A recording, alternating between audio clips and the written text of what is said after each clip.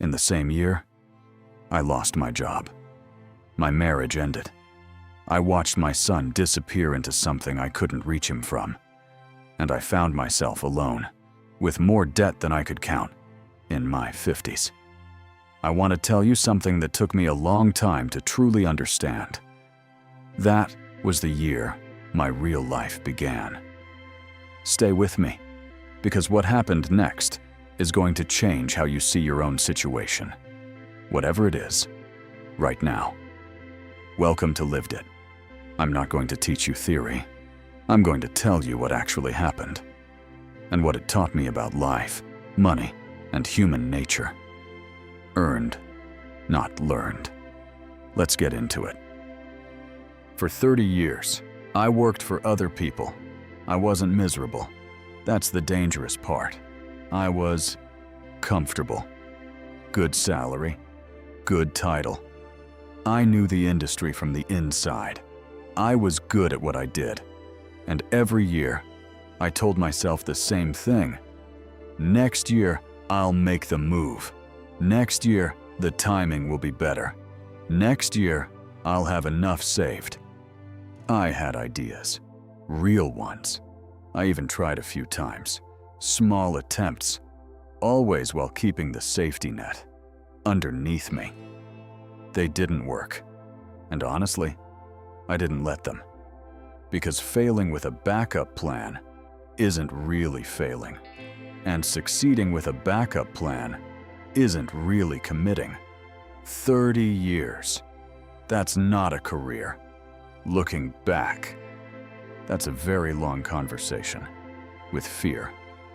Let me ask you something. How long have you been having that same conversation? Then, everything broke at once. Job, gone. Marriage, over. My son. I won't go into details. But any parent who has watched a child disappear into addiction knows that specific kind of helplessness.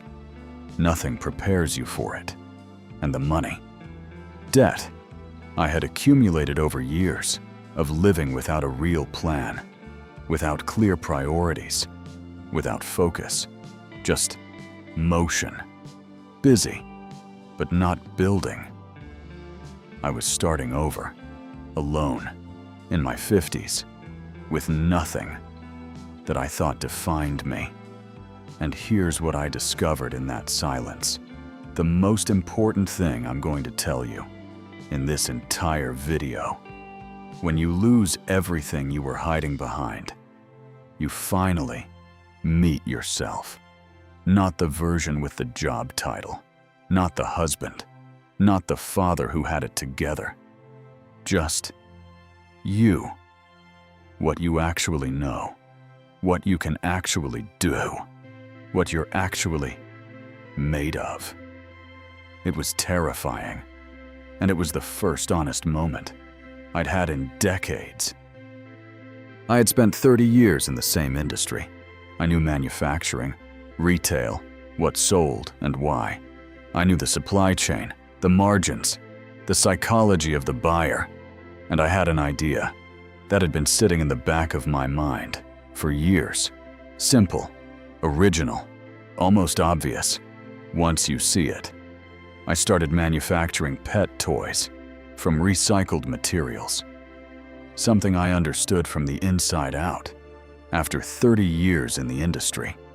Nearly zero investment. Built with my own ideas and procedures. It worked from the beginning.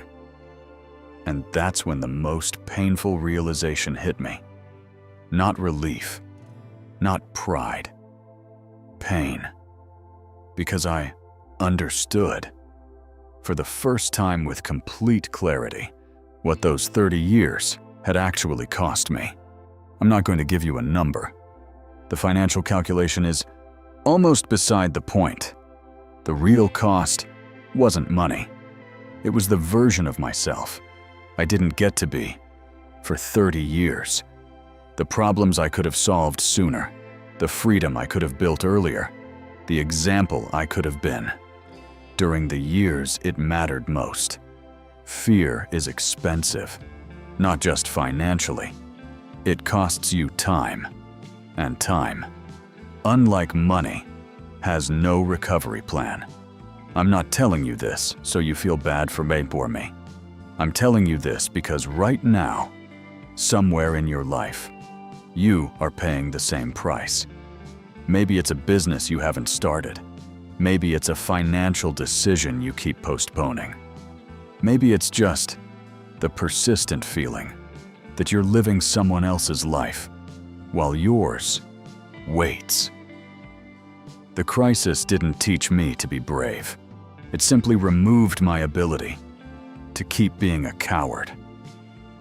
I wonder sometimes, what would have happened if I'd chosen courage earlier? I'll never know, but you still can. So that's the story. Crisis, reset, rebuild. Simple enough. Except, there's one thing I haven't told you yet. The part that surprised me most. Not about the business, about myself, about what I actually learned, about human nature in the process. And it's the most useful thing in this entire video. When I lost everything, I expected to discover my strength. What I actually discovered was my pattern. The same psychological mechanism that kept me employed for 30 years when I should have been building. I saw it everywhere, in clients, in competitors, in friends who had brilliant ideas. They never executed. It's not laziness. It's not lack of talent.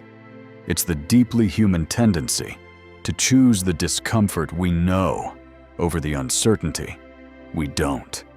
A bad marriage over the unknown of being alone. A limiting job over the risk of building something. Financial drift over the discipline of a real plan. We are wired to stay, even when staying is slowly destroying us. Understanding that pattern in myself and in others became the foundation of everything I've built since. And it's what this channel is going to be about. Not motivation, not theory. The actual mechanics of why we do what we do. With money, with business, with our lives, and what you can do differently, starting today.